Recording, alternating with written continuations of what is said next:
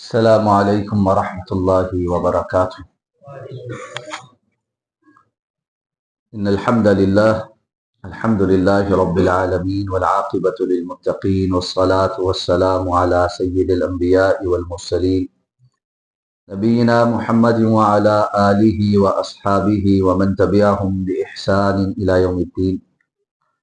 الحمد للہ الذی ہدانا لہذا وما کنا لنہتدی لولا ان ہدانا اللہ۔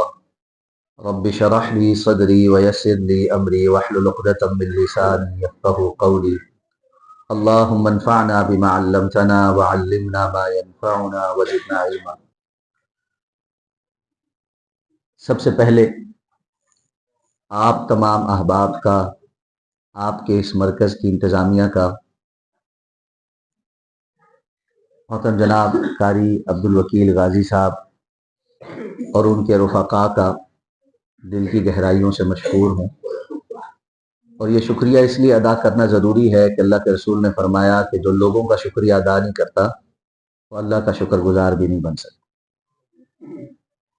کہ آج اللہ کے اس گھر میں جمع ہونے کا سبب بنے یہ ساتھی، اور یہ میری اور آپ کی خیر کہی کا ایک جذبہ ہے ان کے دلوں میں کہ کچھ کہا جائے اور کچھ سنا جائے، اور وہ اللہ رب العزت کے ہاں ہمارے لیے توشہ آخرت بن جائے۔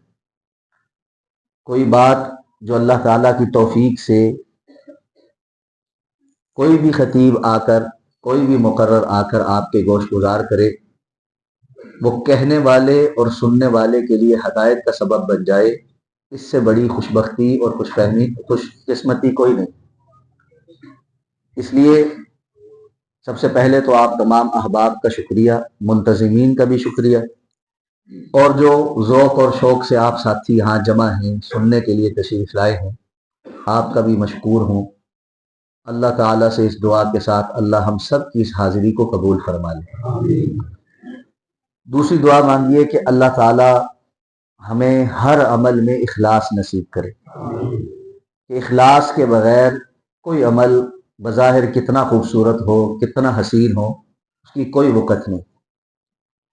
تو اللہ تعالی ہمیں اخلاص نصیب کرے، ہر قسم کی ریاکاری، دکھلاوے اور نیت کی خرابیوں سے اب بھی محفوظ فرمائے، اور ہماری زندگی کے آخری لمحے تک ہمیں اپنی نیتوں کو سیدھا ہی رکھنے کی توفیق عطا فرمائے۔ تیسری دعا مانگیے کہ جو کچھ کہا جائے اور سنا جائے اللہ کی توفیق سے کتاب و سنت کے مطابق ہو، بلا وجہ کے قصے کہانیاں نہ ہوں۔ جو اللہ اور اللہ کے رسول صلی اللہ علیہ وسلم نے ہمارے لیے پسند فرمایا ہے، اسی میں سے صحیح بات آپ تک پہنچانے کی اللہ توفیق دے دے، اور پھر آخری بات کہ اللہ ہمیں اس کے مطابق عمل کرنے کی توفیق عطا فرمائے۔ نوجوانوں کی ایک بڑی تعداد آج یہاں کی مجلس میں موجود ہے۔ بیٹا جی باتیں نہیں کرتے، جس بیٹے نے بھی بات کرنی ہے نا، وہ آرام سے باہر جا کے جو گپ شپ لگانی ہے لگا کے پھر واپس اندر آ جائے، ٹھیک ہے؟ گفتگو کے دوران بات نہیں کرتے۔ تو نوجوانوں کی ایک بڑی تعداد موجود ہے، اور مجھے قاری صاحب محترم نے یہ حکم دیا تھا کہ ممکن ہو تو ہم اس موضوع پر گفتگو کریں کہ مسلمان نوجوان کے لیے سیدنا مصعب بن عمیر رضی اللہ تعالیٰ عنہ کی زندگی میں دعوتی میدان کے حوالے سے اور ان کی جو دعوتی خدمات ہیں اس حوالے سے کیا ایک نمونہ موجود ہے اور کیا رہنمائی موجود ہے۔ تو میں انشاءاللہ مختصر سے وقت میں ہی اسی موضوع پر آپ کے ساتھ چند گزارشات پیش کروں گا۔ اللہ تعالیٰ صحیح بات کہنے کی توفیق عطا فرمائے۔ سب سے پہلے یہ بات سمجھنی ضروری ہے کہ فی زمانہ ہمارے لیے دنیاوی کامیابی بڑی ہی اہمیت کی حامل ہو گئی، اور دنیا میں کامیابی کا تصور یہ سمجھ لیا گیا ہے کہ جو زیادہ پیسہ کما سکے، مال متاع اکٹھا کر سکے، جاہ اور حشمت اور کسی منصب پر پہنچ سکے، جتنا آگے چلا جائے اتنا وہ کامیاب۔ لیکن تاریخ انسانی میں بہت سے ایسے لوگ اللہ رب العزت نے ایک نشانی اور نمونے کے طور پر چھوڑے ہیں، جن کو دنیا کا سب کچھ حاصل تھا، لیکن جب ایمان کی لذت اللہ نے ان کو عطا فرمائی تھی اور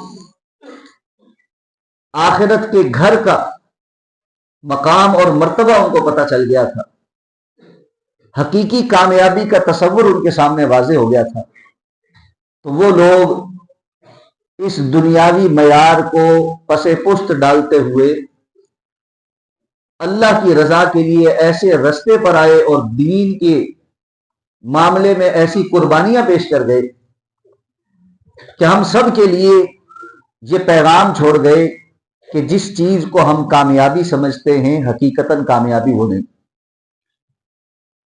انہی شخصیات میں سے ایک عظیم ترین اسلامی شخصیت سیدنا مصعب بن عمیر رضی اللہ تعالیٰ عنہ کی۔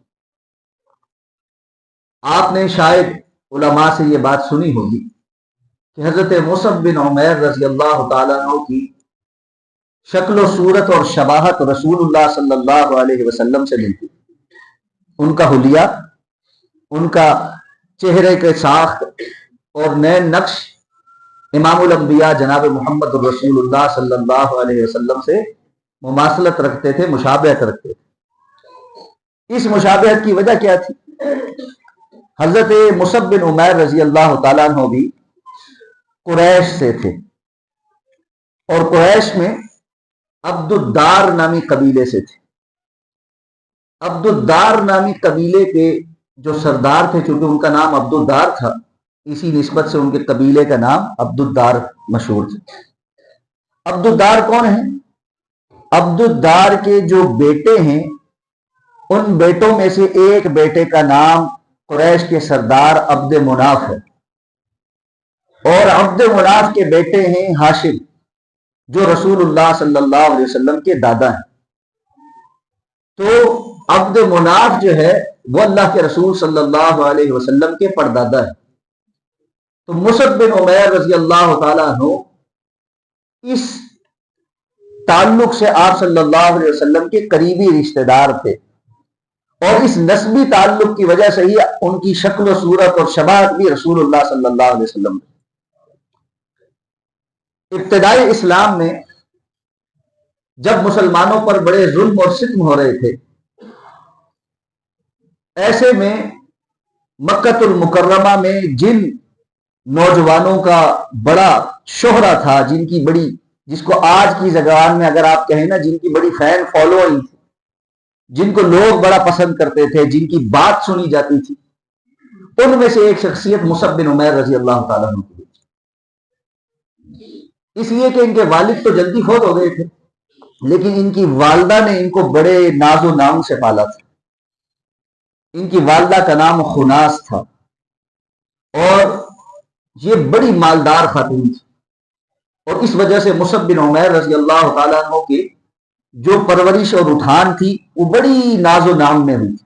وہ نعمتیں جو اس وقت عموماً لوگوں کو میسر نہیں تھی، مصعب بن عمیر رضی اللہ تعالیٰ عنہ کو میسر تھی۔ شاندار لباس پہننا، اور بعض روایات جن کی سند کے متعلق کہہ نہیں سکتے کیونکہ وہ آثار ہیں، اس میں تو یہاں تک بھی لوگوں نے تذکرہ کیا کہ زمانہ جاہلیت میں ایک مرتبہ جو لباس پہنتے تھے، حالانکہ اس دور میں لباس کی بڑی قلت تھی، دوبارہ نہیں پہنتے تھے، اور جو خوشبو لگاتے تھے، جہاں سے گزرتے تھے پتہ چلتا تھا کہ مصعب بن عمیر یہاں سے گزرے ہیں، کیونکہ خوشبو وہ لگاتے تھے۔ اعلیٰ ترین سواری، اچھے سے اچھا کھانا پینا، اور آپ خود سوچ سکتے ہیں کہ امام الانبیاء کے مشابہ تھے تو کس قدر حسین ہوں گے۔ اور پھر اللہ تعالیٰ نے گفتار کی بڑی صلاحیت دی، گفتگو بڑی شاندار کرتے تھے، تو اس کا نتیجہ یہ تھا کہ جس شخص کے پاس مال دولت بھی ہو، حسن و جمال بھی ہو، ظاہری وضاقتہ میں روب دار بھی ہو، اور جب گفتگو کرے تو شاندار گفتگو کرے تو محفل پہ چھا ہی جاتا ہے۔ جس جگہ جہاں جاتے تھے لوگ خاموش ہو جاتے تھے اور ان کی گفتگو سنتے تھے. دوست احباب کی بھی کوشش یہ ہوتی تھی کہ مصحف آئیں اور محفل جمائیں تو ہم ان کی باتیں سنیں، کہ ان کی باتیں بڑی دلچسپ اور دل کو موہ لینے والی ہوتی. ایسی شخصیت انہوں نے رسول اللہ صلی اللہ علیہ وسلم کے پیغام کے متعلق سنا کہ ایک شخصیت ہیں جو اللہ کا نبی اور رسول ہونے کی دعوے دار ہیں. آپ صلی اللہ علیہ وسلم کی دعوت کے متعلق جب تحقیق کرنا شروع کی تو وہ دعوت دل میں بیٹھ گئی. دار ارقم میں جو صحابہ خاموشی کے ساتھ جا کر مسلمان ہو گئے ابتدائے اسلام میں، سابقون الاولون من المہاجرین والانصار، یہ سابقون الاولون جو ہیں ابتدا میں جو مسلمان ہوئے، قرآن نے ان کی تو وہ گارنٹی دی ہے نا، انصار صحابہ اور بعد میں فتح مکہ کے بعد ایمان قبول کرنے والے عام لوگ نہیں، صحابہ، ان کو بھی قرآن نے یہ کہہ دیا کہ سابقون الاولون من المہاجرین والانصار، جو مہاجرین و انصار میں سے پہلے شروع میں ایمان لے کر آنے والے لوگ ہیں نا، تم ان کی برابری نہیں کر سکتے.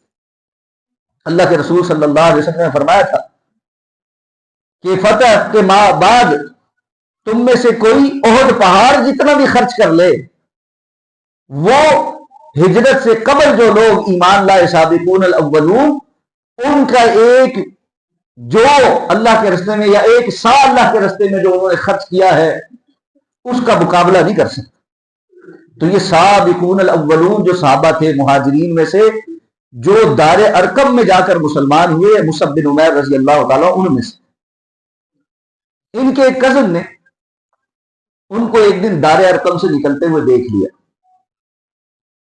اب جا کر ان کی والدہ کو بتایا کہ جہاں نئے دین کے پیروکار باپ دادا کے دین سے متنفر اور فرار ہونے والے لوگ جمع ہو کر اپنی عبادت کرتے ہیں، میں نے اس کو وہاں سے نکلتے ہوئے دیکھا.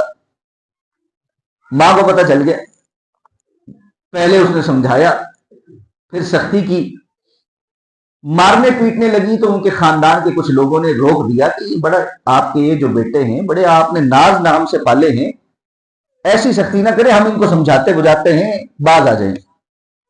لیکن جس کے دل میں اللہ رب العزت نے ایمان کا چراغ روشن کر دیا ہو، پھر شرک کے اور کفر کے اندھیرے اس کو کبھی پسند نہیں آتے. مصعب بن عمیر رضی اللہ تعالیٰ عنہ ساری سختی کے مقابل بڑے ثابت قدمی کے ساتھ ڈٹے رہے، لیکن خاندان کا اور خاص طور پہ ماں کا جو ایک پریشر تھا، وہ ماں کے بڑے لاڈلے بھی تھے اور بڑے فرما بردار بھی تھے، اس کے لیے یہ بات ناقابل برداشت ہو گئی کہ میرا اتنا فرما بردار بیٹا میری بات نہیں مان رہا. انہوں نے کہا کہ ماں میں اس معاملے میں تیری بات نہیں مان سکتا. جب مسلمانوں پر سختیاں زیادہ ہوئیں تو ہجرت کی طرف، حبشہ کی طرف ہجرت کرنے والے جو صحابہ تھے، مصعب بن عمیر ان صحابہ میں شامل ہو کر حبشہ کی طرف بھی گئے. کچھ عرصے کے بعد واپس آئے، لیکن خاندان والوں کا وہی وتیرہ اور وہی سختیاں، تو نتیجتاً ایک مرتبہ پھر حبشہ کی طرف ہجرت، حبشہ کی طرف 2 دفعہ انہوں نے ہجرت اور پھر واپس آئے کچھ عرصے کے بعد. لیکن ماں نے بڑی شدت کے ساتھ اپنی مخالفت جاری رکھی، کہا کہ اگر تم نے اس دین پر رہنا ہے تو پھر میری طرف سے آج تک تمہارے پاس جو نعمتیں جو کچھ تمہیں دیا گیا ہے وہ سب چھوڑنا پڑے. انہوں نے کہا سب کچھ قبول ہے، دین نہیں چھوڑ سکتے. رسول اللہ صلی اللہ علیہ وسلم اپنے صحابہ کے ساتھ ایک دن تشریف فرما تھے. اس مکالمے کے بعد مصعب بن عمیر اللہ کے رسول صلی اللہ علیہ وسلم کے مجلس میں آئے تو جسم پر صرف ایک ٹاٹ کا کپڑا جو ہے جو ان کے نچلے دھڑ کو کور کیے ہوئے تھا، صرف وہ پہنا ہوا تھا اور کچھ پاس پہننے کو نہیں. کہ ماں نے کہا کہ سب کچھ واپس کرو، سب واپس کر دیا. اس نے کہا یہ جو لباس ہے یہ بھی میں نے دیا وہ، یہ بھی اتار، وہ بھی اتار کے دے دی. اللہ کے رسول صلی اللہ علیہ وسلم نے جب مصعب بن عمیر کو اس حالت میں دیکھا تو آپ کی آنکھوں سے بھی آنسو جاری ہوئے. آپ نے فرمایا میں نے مکہ میں ماں باپ کا لاڈلا اور ناز و نام میں پلا ہوا اس سے زیادہ کوئی بندہ نہیں دیکھا، اور آج یہ ایمان کی وجہ سے اس حالت میں پہنچ گئے. میرے بیٹوں، میرے بھائیوں، یہ جو ہم دنیا کے پیچھے سارا کچھ دین، ایمان، حیا، شرم اللہ کا خوف چھوڑ کر پڑے ہوئے ہیں نا، اور دنیا کمانے کے لیے حلال حرام کی ہر قسم کی تمیز چھوڑنے کو تیار ہیں، بس دنیا مل جائے، اس کا کوئی مقام مرتبہ کچھ پیسے، جہاں مرضی سے کما لیں، جیسے مرضی کما لیں، ہمارے پاس اچھا موبائل آ جائے، اچھا لباس آ جائے، اچھی موٹر سائیکل، اچھی گاڑی آ جائے، کل کلا کو بڑے ہوں، اچھا گھر بنا لے، فلاں کر لے، یہ کر لے، یہ جمع کر لے، وہ جمع کر لے، اس سے کہیں زیادہ قیمتی چیزیں ان کے پاس تھیں، لیکن جس وقت ایمان کی سمجھ آ گئی، سب کچھ چھوڑنا پڑا، چھوڑ دیا، کچھ پلے نہیں رہا، لیکن ان کو یہ پتہ لگ گیا تھا کہ جو ایمان ہے یہ کتنا قیمتی ہے، اگر یہ میرے پاس موجود ہے تو باقی سب چلا جائے، اس کی کوئی پرواہ نہیں۔ امام الانبیاء جناب محمد الرسول اللہ صلی اللہ علیہ وسلم کے پاس مدینہ سے کچھ لوگ حج کے موقع پر آئے، آپ کی دعوت کو سنا، اسلام قبول کیا۔ پھر اگلے سال کچھ اور لوگ آئے جن کی تعداد زیادہ تھی، انہوں نے بھی اسلام قبول کیا۔ اس واقعے کو ہم جانتے ہیں، بیعت عقبہ اولا اور بیعت عقبہ ثانیہ کہتے ہیں۔ عقبہ کہتے ہیں ایک پہاڑی ٹیلے کو، کیونکہ مینا میں ایک ٹیلے کے پاس یہ بیعت ہوئی تھی، جہاں آج مینا میں مسجد خیف ہے نا، اس کے قریب وہ ٹیلا ہے، وہاں یہ اوس اور خزرج کے کچھ سردار اور لوگ جو بعد میں انصار صحابہ کہلائے، یہ ابتداءً آ کر مسلمان ہوئے تھے۔ اب جب یہ دوسرے سال کچھ لوگ اور مسلمان ہو گئے تو انہوں نے رسول اللہ صلی اللہ علیہ وسلم سے مطالبہ کیا کہ اللہ کے رسول، آپ ہمارے ساتھ کسی ایسے بندے کو بھیجیں جس نے آپ سے دین کی تعلیم حاصل کی ہو، اور وہ ہمارے ساتھ جائے اور دین کی تبلیغ کرے، تاکہ ہمارے وہاں مدینہ میں لوگوں کو دین کی سمجھ آئے، کیونکہ یہ لوگ خود نئے نئے ہیں دین پر، اور جب معلوم ہے جس بندے کو کسی چیز میں وہ نیا ہو، نو وارد ہو، تو اتنی معلومات نہیں ہوتی جتنا ایک تجربہ کار انسان جو ہے وہ اس کی جو ہے معلومات رکھتا ہے۔ رسول اللہ صلی اللہ علیہ وسلم کی ایک خاص اللہ نے آپ صلی اللہ علیہ وسلم کو جو صفت عطا فرمائی تھی، وہ یہ تھی کہ آپ صلی اللہ علیہ وسلم اپنے صحابہ میں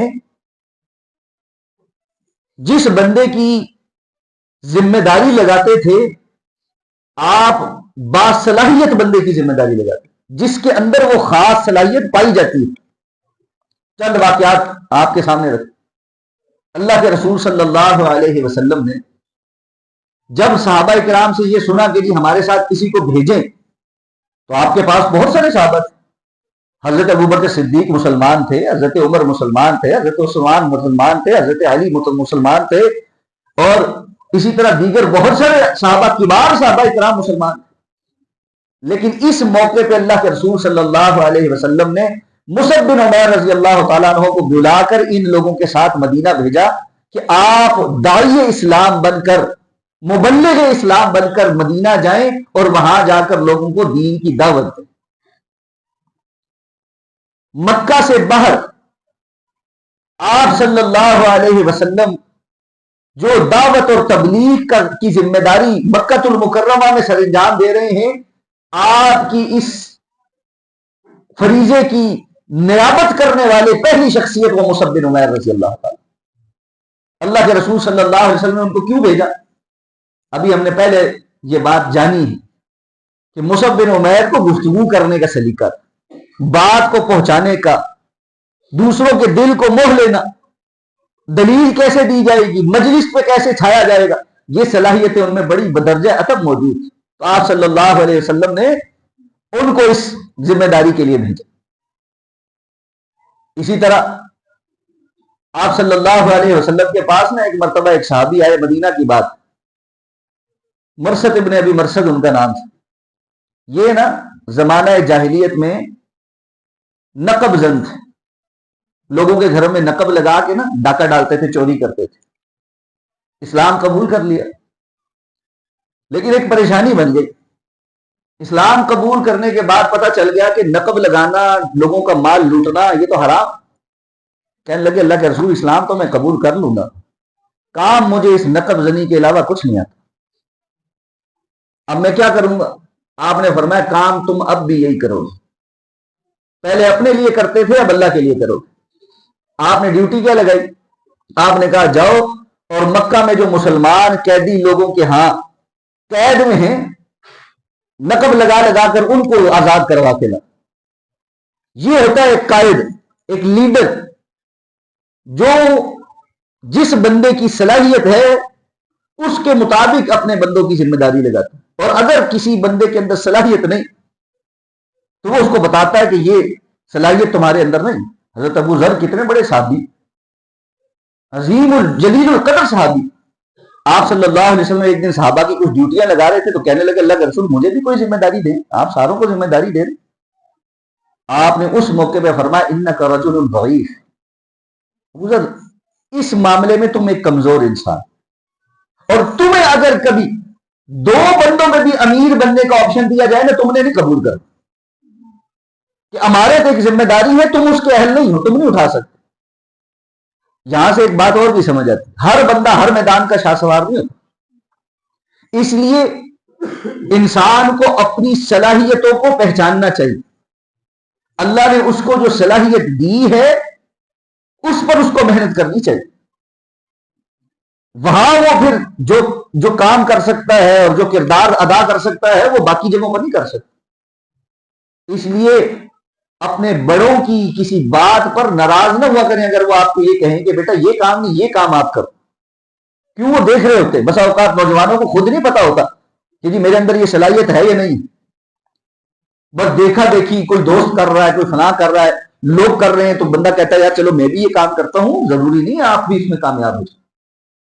ہاں اللہ نے جو صلاحیت دی ہے اس کو دیکھیں کہ میں کون سا کام زیادہ اچھا کر سکتا ہوں، اس پر توجہ دیں. تو موضوع کی طرف واپس آتے ہیں. اللہ کے رسول صلی اللہ علیہ وسلم نے مصعب بن عمیر رضی اللہ تعالیٰ کو مدینہ بھیجا.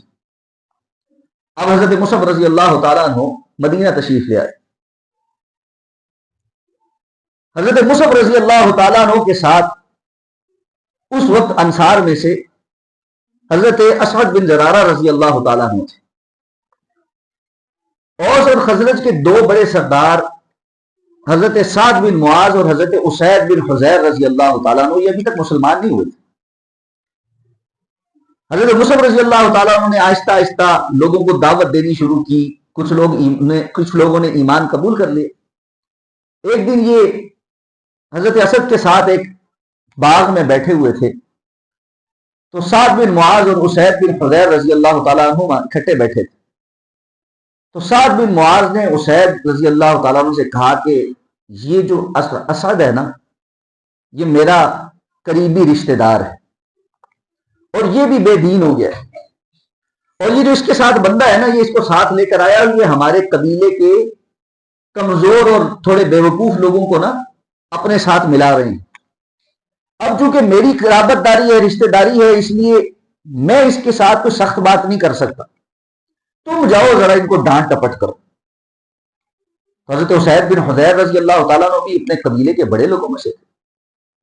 وہ آئے اور انہوں نے ان دونوں کو بڑا ڈانٹا، حضرت اسد کو بھی اور حضرت مصعب کو. حضرت مصعب رضی اللہ تعالیٰ عنہ خاموشی سے ان کی ڈانٹ سنتے رہے، کوئی بحث نہیں، کوئی لڑائی نہیں، کوئی جھگڑا نہیں. جب وہ ڈانٹ کے تھک گئے نا اب اگلا بندہ کچھ بول ہی نہیں رہا تو کیا کہے، جو کچھ کہنا تھا وہ کہہ لیا. حکمت اس کو کہتے.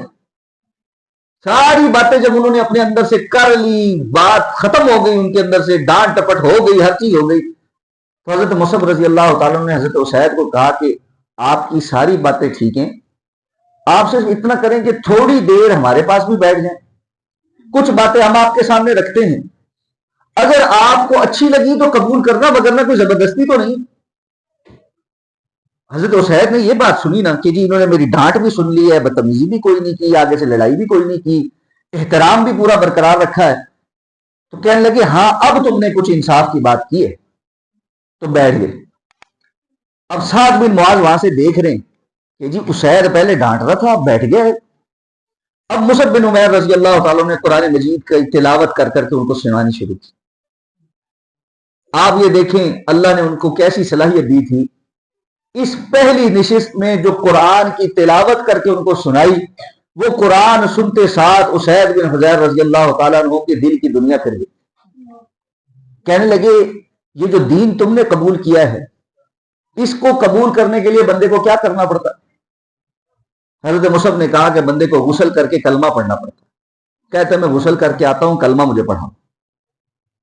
حضرت اسید وہاں سے اٹھے، سعد بن معاذ کی طرف آنے لگے تو سعد بن معاذ نے ان کا چہرہ وہاں سے دیکھیں صحابہ میں کتنی فراست، چہرہ دیکھ کر کہنے لگے یہ جو بندہ گیا تھا نا واپس وہ نہیں آیا،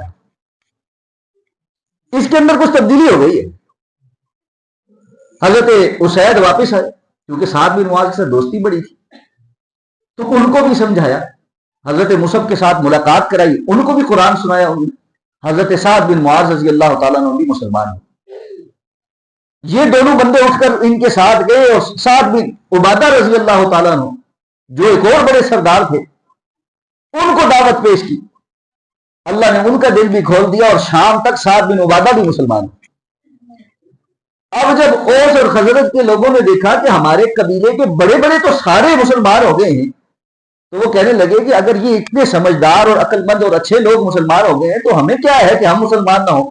بڑی تعداد میں لوگ جوک در جوک مسلمان ہونے شروع۔ حضرت مصعب بن عمیر رضی اللہ تعالیٰ عنہ نے پورا 1 سال یہ دعوت کا کام کیا اور ایک بڑی تعداد لوگ مسلمان ہیں۔ حج کے موقع پہ واپس گئے، رسول اللہ صلی اللہ علیہ وسلم کو ساری رپورٹ دی کہ یہ ہوا، ایسے ہوا، ایسے ہوا، ایسے ہوا۔ اس کے بعد جب رسول اللہ صلی اللہ علیہ وسلم ہجرت کر کے تشریف لائے تو اللہ کے رسول صلی اللہ علیہ وسلم کے جو صحابی بالکل دست و بازو ہے، آپ کے شانہ بشانہ رہے ہر موقع پہ، ان میں سے مصعب بن عمیر بھی تھے۔ اور یہ شرف بھی حاصل ہے کہ بدری صحابہ میں سے بھی، غزوہ بدر میں بھی رسول اللہ صلی اللہ علیہ وسلم کے بالکل ساتھ رہے۔ اللہ نے فتح عطا فرما دی۔ کچھ عرصے کے بعد جب غزوہ احد تو میدان جب سج گیا اور اللہ کے رسول صلی اللہ علیہ وسلم نے صحابہ کی مختلف ڈیوٹیاں لگا دی، ہر جگہ پر ان کی تعیناتی کی، تو آپ نے پوچھا کفار کا جھنڈا کس کے ہاتھ میں؟ تو آپ کو بتایا گیا کہ عبد الدار کے قبیلے کے ایک بندے کے ہاتھ میں۔ آپ نے کہا اگر کفار کا جھنڈا عبد الدار کے ہاتھ میں ہے تو ہم بھی عبد الدار کے ہاتھ میں دیں، کیونکہ حضرت مصعب جو ہے وہ عبد الدار کس سے؟ آپ نے حضرت مصعب رضی اللہ تعالیٰ عنہ کو بلایا اور مہاجرین کا جھنڈا جو ہے وہ حضرت مصعب رضی اللہ تعالیٰ عنہ کو۔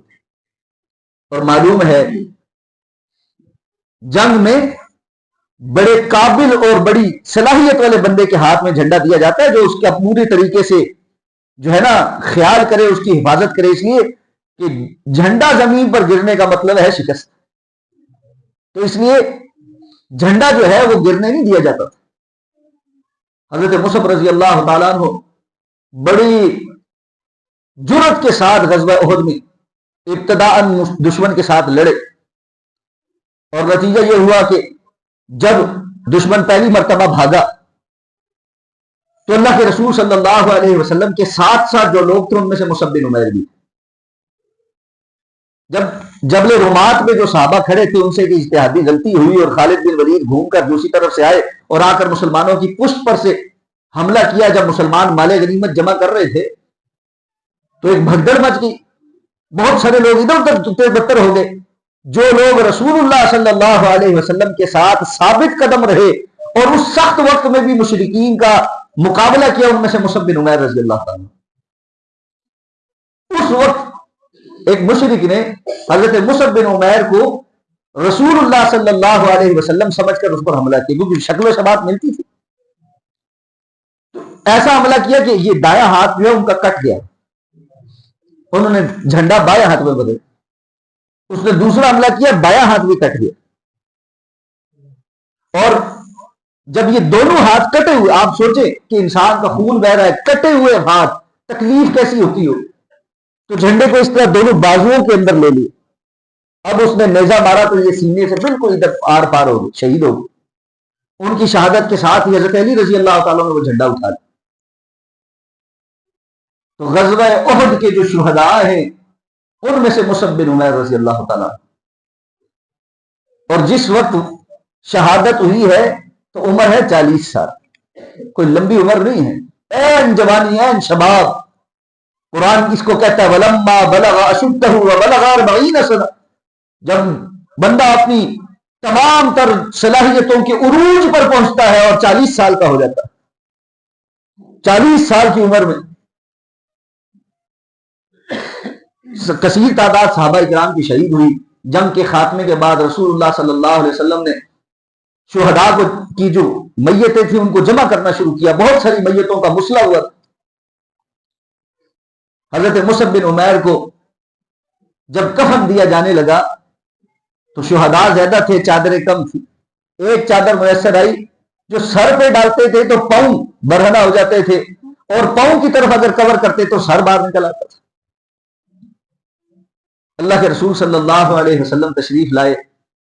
جب حضرت مصعب رضی اللہ تعالیٰ عنہ کا جسد خاکی دیکھا تو آپ صلی اللہ علیہ وسلم نے یہ آیہ مبارکہ تلاوت کی، رجال صدقوا ما عاهدوا اللہ علیہ، اللہ کے کچھ بندے وہ ہیں جنہوں نے جس بات پر اللہ سے معاہدہ کیا تھا آج اس کو سچ کر دکھایا۔ منہم من قضى نحبہ ومنہم من ينتظر، ان میں سے بعض ایسے ہیں جو اللہ کے فیصلے پر لبیک کہہ کے پہنچ گئے، اور کچھ ایسے ہیں جو ابھی پیچھے انتظار میں ہیں۔ اور آپ صلی اللہ علیہ وسلم کی آنکھوں سے آنسو جاری تھے، اور آپ نے فرمایا یہ وہ بندہ تھا جس جیسا لباس اور جس جیسی وضع قطع کسی کی نہیں تھی، اور آج اس کو کفن کے لیے پوری ایک چادر صرف میسر ہے جو سر پر اور پیروں پر پوری نہیں ہے۔ پھر آپ نے حکم دیا کہ سر کو ڈھانپ دیا جائے اور پاؤں کی جانب جو ہے وہ ازخر جو ہے نا گھاس جو ہے وہ ڈالی جائے تاکہ پاؤں بھی جو ہے وہ کور ہو جائے۔ پھر شہدائے احد کو اللہ کے رسول صلی اللہ علیہ وسلم نے جنازہ خود پڑھایا، اور تدفین کے مراحل کے بعد مصعب بن عمیر رضی اللہ تعالیٰ عنہ کی تدفین بھی احد کے اسی میدان میں۔ لیکن آپ یہ اندازہ لگائیے 40 سال کی یہ عین جوانی کی شہادت، اللہ کے رسول صلی اللہ علیہ وسلم نے گواہی دی ان کی اس شہادت پر کہ آپ قیامت کے روز اللہ کے ہاں شہداء میں سے اٹھائے گئے۔ وہ بندہ جس کی زندگی ناز و نام میں تھی، ایسی کیفیت کے ساتھ اس دنیا سے جا رہا ہے، دیکھنے والا اگر آج کے معیار کے مطابق فتویٰ لگائے یا بات کرے تو کہے گا یہ سب کچھ اس دنیا کے اندر ناکام اور نامراد ہو کر مفلس و کلاش ہو کر گیا، اور اللہ کے رسول صلی اللہ علیہ وسلم ان کی حقیقی کامیابی کی گارنٹی دے رہے۔ بیٹا خاموشی اختیار۔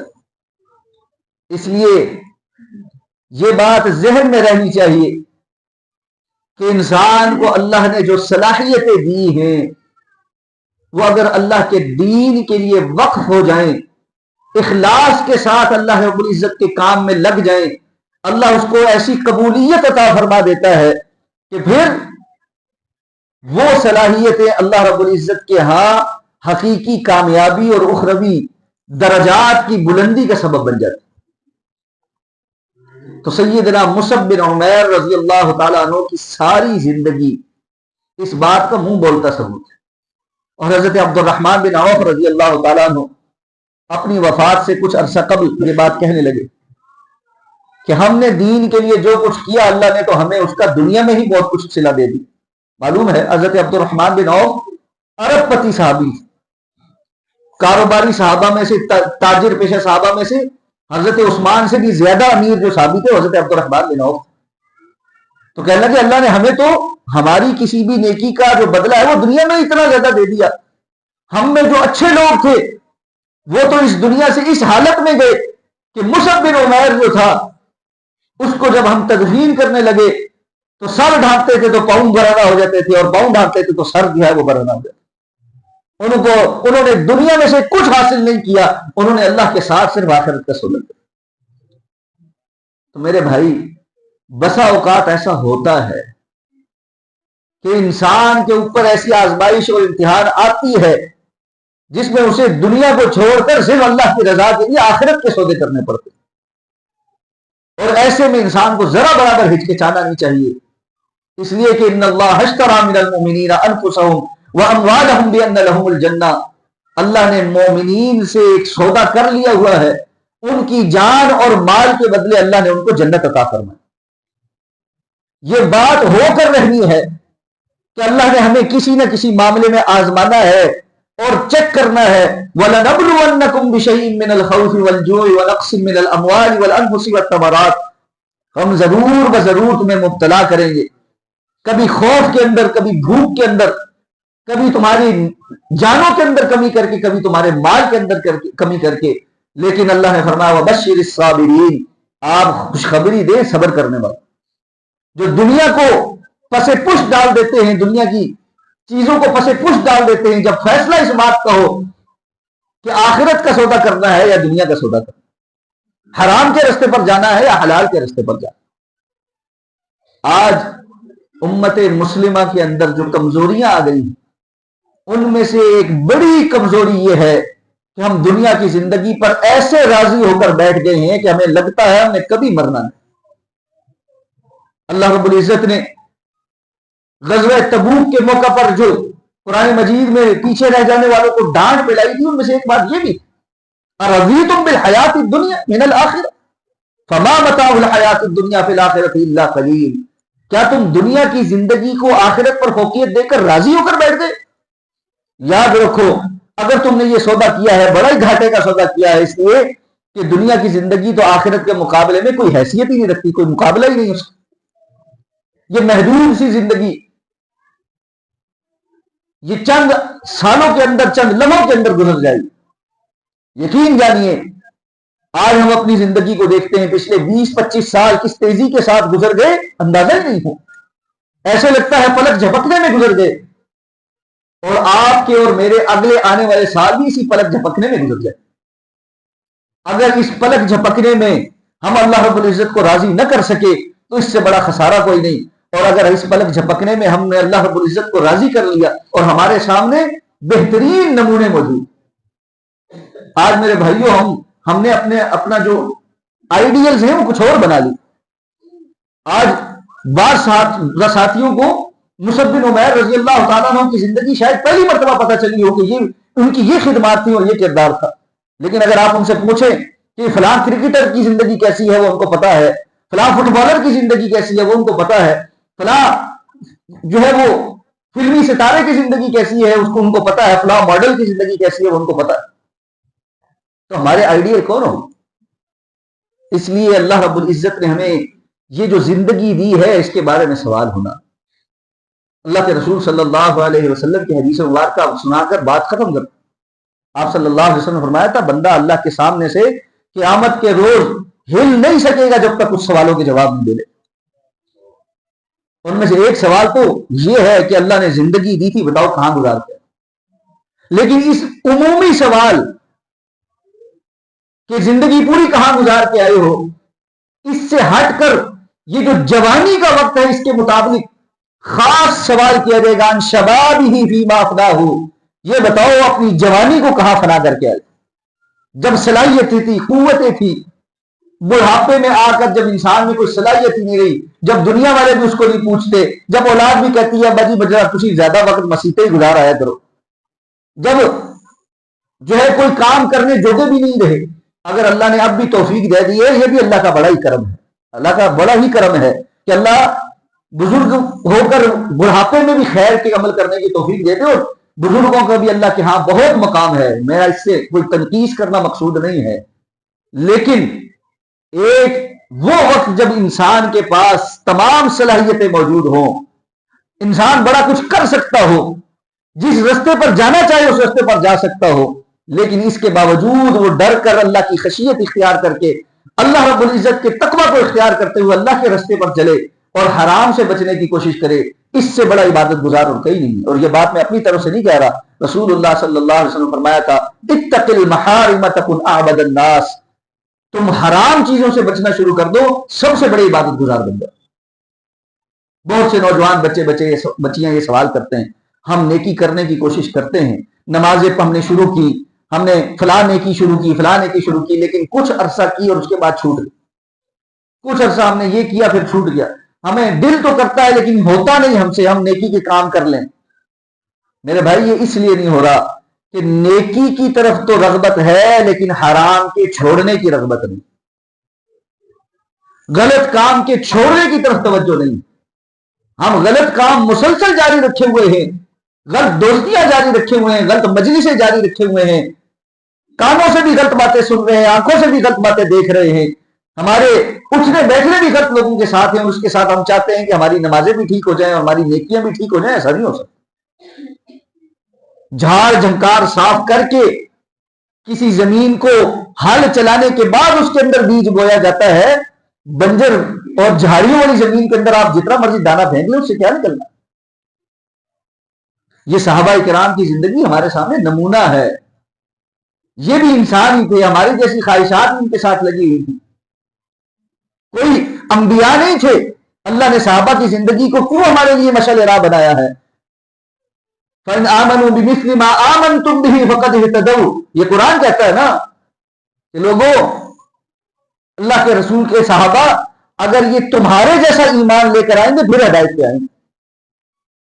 تو یہ اللہ نے کیوں مشعل راہ بنایا؟ کوئی بندہ کہہ سکتا تھا انبیاء تو معصوم عن الخطا ہوتے ہیں، ان پر تو ڈائریکٹ وحی آتی ہے، وہ تو نیکی کر سکتے ہیں، باقی ہم تو کمزور ہیں، ہم تو کیسے کر سکتے ہیں؟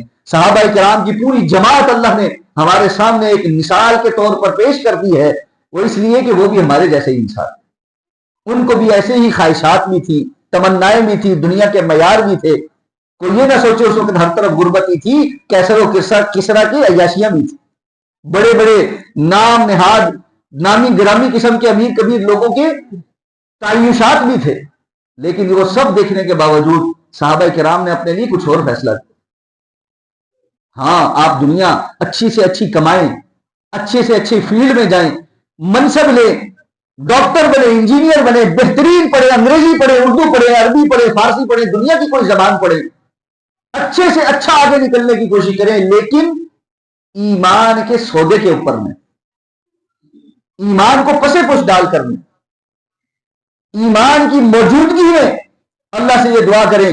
جہاں ایمان اور دنیاوی کوئی معاملہ متصادم ہو جائے وہاں انسان کے اندر ذرا تذبذب نہ آئے، ایک لمحے میں سے فیصلہ ہو جائے کہ میں ایمان کو نہیں چھوڑ سکتا.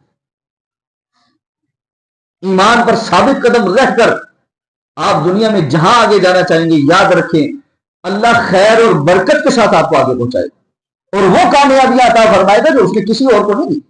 اس نے کفر کے اندر، اپنی نافرمانی کے اندر دنیا کی خیر نہیں رکھی. دنیا کی خیر بھی اس نے ایمان کے اندر رکھی ہے. اور یہ دعویٰ بھی میں اپنی طرف سے نہیں کر رہا. رسول اللہ صلی اللہ علیہ وسلم نے پہاڑی پر کھڑے ہو کے پہلی دعوت کیا دی تھی؟ قولوا لا الہ الا اللہ تفلحون تملک العرب والعجم. لا الہ الا اللہ کہو، اس پر ثابت قدم ہو جاؤ، فلاح پا جاؤ گے اور عرب و عجم کے مالک بھی بن جاؤ. دنیا میں بھی اللہ عزت عطا فرمائے گا. اور اللہ رب العزت نے بتایا، دکھایا، ثابت کیا کہ عرب و عجم کے مالک بنے صحابہ کرام. اور عمر بن خطاب رضی اللہ تعالیٰ عنہ 22 لاکھ مربع میل اسلامی حکومت کے حکمران، وہ کہا کرتے تھے خطاب کے بیٹے، تیرا باپ خطاب تجھے کہتا تھا کہ تجھے تو اونٹ بھی صحیح طرح چرانے نہیں آتے، تیرے تو اونٹ بھی ادھر ادھر بھاگ جاتے، تو دنیا میں کرے گا کیا؟ اور اللہ نے آج تجھے 22 لاکھ مربع میل حکومت کا حکمران بنا دیا ہے. نحن قوم اعزنا اللہ بالاسلام، ہم وہ قوم ہیں جن کو اللہ نے اسلام کی وجہ سے عزت عطا فرمائی ہے. ومہما ابتغینا العزت بغیر الاسلام اذلنا اللہ. اور جب بھی ہم یہ فیصلہ کریں گے کہ ہم اسلام کو چھوڑ کر کہیں اور عزت تلاش کریں گے، اللہ ہمیں ذلیل کر دے.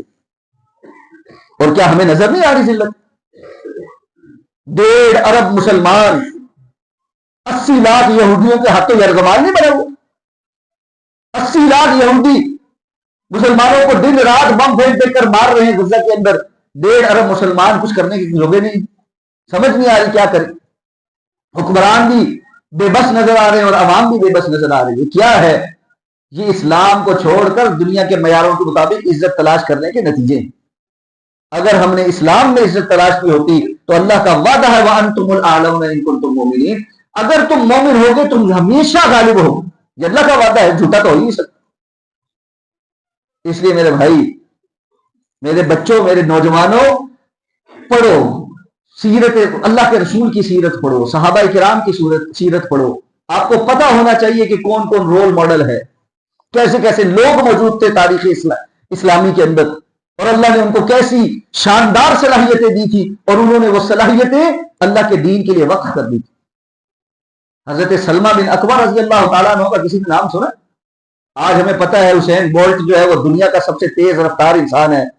اور بڑا بھاگتا ہے اور فلاں کرتا ہے اور ورلڈ چیمپئن ہے، 100 میٹر کی ریس میں اس سے تیز کوئی نہیں بھاگتا۔ سلمہ بن اکبر رضی اللہ تعالیٰ عنہ وہ صحابی تھے، عرب گھوڑا جس کی رفتار کا کوئی انسان مقابلہ نہیں کرتا، وہ اپنی فل سپیڈ سے بھی بھاگتا تھا، سلمہ بن اکبر اس کو بھی ہراتے تھے۔ اور یہ صلاحیت کہاں اسلام کے لیے وقف کی؟ اللہ کے رسول صلی اللہ علیہ وسلم کی یہ صحابی مسلمانوں ایک جگہ ایک درے میں پھنس گئے تھے، انہوں نے کافروں کے اوپر اتنے تیر برسائے کہ وہ پریشان ہو گئے، کیونکہ یہ تیز دوڑ کر ہر طرف سے آ کر تیر برساتے تھے۔ انہوں نے سمجھا کہ شاید پتہ نہیں کس کس جانب سے کتنے مسلمان ہیں جنہوں نے حملہ کیا ہوا۔ کچھ لوگوں نے ان کو جب ایک درے میں گھیر لیا تو یہ بھاگنے لگے۔ انہوں نے کہا رک جاؤ، کہنے لگے تمہیں پتہ نہیں ہے، میں تمہیں تعارف کروا دیتا ہوں، میں سلمہ بن اکوع ہوں، اگر بھاگ کے مجھے پکڑ سکتے ہو تو پکڑ لو۔ ان کو پتہ لگ گیا یہ سلمہ بن اکوع، اس کے پیچھے تو کوئی بھاگ نہیں سکتا۔ اس لیے ایسے ایسے شاندار لوگ جن کو اللہ نے ایسی صلاحیتیں دی تھی، وہ انہوں نے اللہ کے دین کے لیے جب وقف کی، وہ قیامت تک کے لیے اللہ رب العزت کے ہاں لوگوں کے سینوں کے اندر اپنی جگہ بنا دے، دعاؤں میں جگہ بنا دے، اللہ کے ہاں عرش پر ان کے تذکرے ہوں۔ اس لیے یہ اصل کامیابی ہے۔ اللہ ہمیں اس کی توفیق عطا فرمائے، اللہ رب العزت ہمیں دین پر ثابت قدمی عطا فرمائے، اللہ رب العزت ہمیں جو ہے اپنا تقوی نصیب فرمائے، اللہ ہمیں حلال اور حرام کے درمیان تمیز کرنے کی توفیق عطا فرمائے، اللہ ہمارے لیے ہمیشہ حلال کے راستے آسان فرما دے، حرام کو ہمارے دلوں کے اندر نفرت انگیز بنا دے۔ اللہم حبب الینا الایمان وزینہ فی قلوبنا، یا اللہ ایمان کو ہمارے لیے محبوب چیز بنا دے اور اس کو ہمارے دلوں کے اندر خوبصورت بنا دے۔